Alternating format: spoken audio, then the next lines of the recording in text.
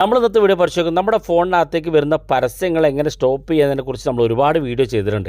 പല വീഡിയോയിലും പല ഫീച്ചറുകളാണ്. അതൊക്കെ നമ്മൾ ചെയ്തു നോക്കുമ്പോൾ ഒരു പരിധി വരെ നമുക്ക് പരസ്യങ്ങൾ ഒഴിവാക്കാൻ സാധിക്കും. നമ്മൾ ഇന്നത്തെ വീഡിയോയിൽ പ്ലേ സ്റ്റോറിനകത്തുകൂടെ നമുക്ക് പരസ്യം വരുന്നുണ്ട്. പലപ്പോഴും നമ്മളത് ശ്രദ്ധിക്കാറില്ല. പ്ലേ സ്റ്റോറിനകത്ത് എങ്ങനെയാണ് പരസ്യം വരുന്നതും അതെങ്ങനെ ഓഫ് ചെയ്യാന്നുള്ളത് ഞാൻ കാണിച്ചുതരാം. വീഡിയോ മുഴുവനായിട്ട് കാണുക. നിങ്ങളുടെ സുഹൃത്തുക്കൾ കൂടി വീഡിയോ ഷെയർ ചെയ്ത് കൊടുക്കുക. അവർക്ക് കൂടി വീഡിയോ ഉപകാരപ്പെടട്ടെ. നമുക്ക് പ്ലേ സ്റ്റോർ ഓപ്പൺ ചെയ്യാം.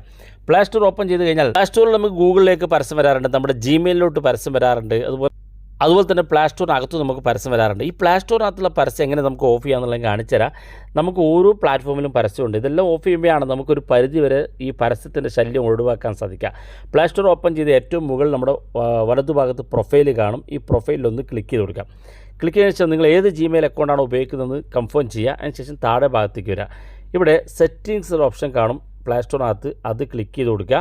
ഏറ്റവും മുകളിൽ ജനറൽ എന്ന് കാണും. അത് ക്ലിക്ക് ചെയ്ത് കൊടുക്കുക. ക്ലിക്ക് ചെയ്യുമ്പോൾ ഇതുപോലെ ഓപ്പൺ ആയിട്ട് വരും. ഇവിടെ നിങ്ങൾക്ക് ഏറ്റവും മുകളിൽ അക്കൗണ്ട് ആൻഡ് ഡിവൈസ് പ്രിഫറൻസ് എന്നുള്ളൊരു സെറ്റിങ്സ് കാണും. അതിനകത്ത് ക്ലിക്ക് ചെയ്ത് കൊടുക്കുക. ക്ലിക്ക് ചെയ്യുമ്പോൾ ഇതുപോലെ ഓപ്പൺ ആയിട്ട് വരും. ഇവിടെ നിങ്ങൾ കാണാൻ സാധിക്കും ഇമെയിൽ ഫ്രം ഗൂഗിൾ പ്ലേ എന്നുള്ള ഓപ്ഷൻ. ഗൂഗിൾ പ്ലേയിൽ നിന്നും നമുക്ക് ഇമെയിലിലോട്ടും അതുപോലെ തന്നെ നമ്മുടെ ഗൂഗിൾ അക്കൗണ്ടുകളിലേക്കൊക്കെ പരസ്യം വരാറുണ്ട്. അത് ഓഫറിലുണ്ട്. ഇപ്പോൾ വായിച്ചു നോക്കിയാൽ മനസ്സിലാക്കാൻ സാധിക്കും receive email with news and offering from Google pay.